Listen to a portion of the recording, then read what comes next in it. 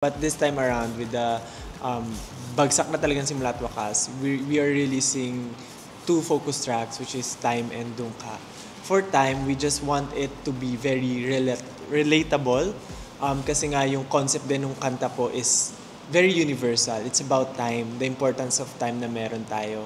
And we just want it to be very heartfelt, to make people realize how important time is. Then for Dungka naman po, it's more of our personal message to people na nanggugulo. Nanggugulo.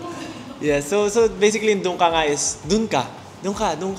Apo. Yes, yun po yung concept niya na parang kasi maraming nanggugulo sa atin, sa lahat naman din, parang ganyan. Pero yung mga hindi nanggugulo na, yung mga hindi nila gusto yung ginagawa namin, talagang nandyan sila to ubusin yung oras or what.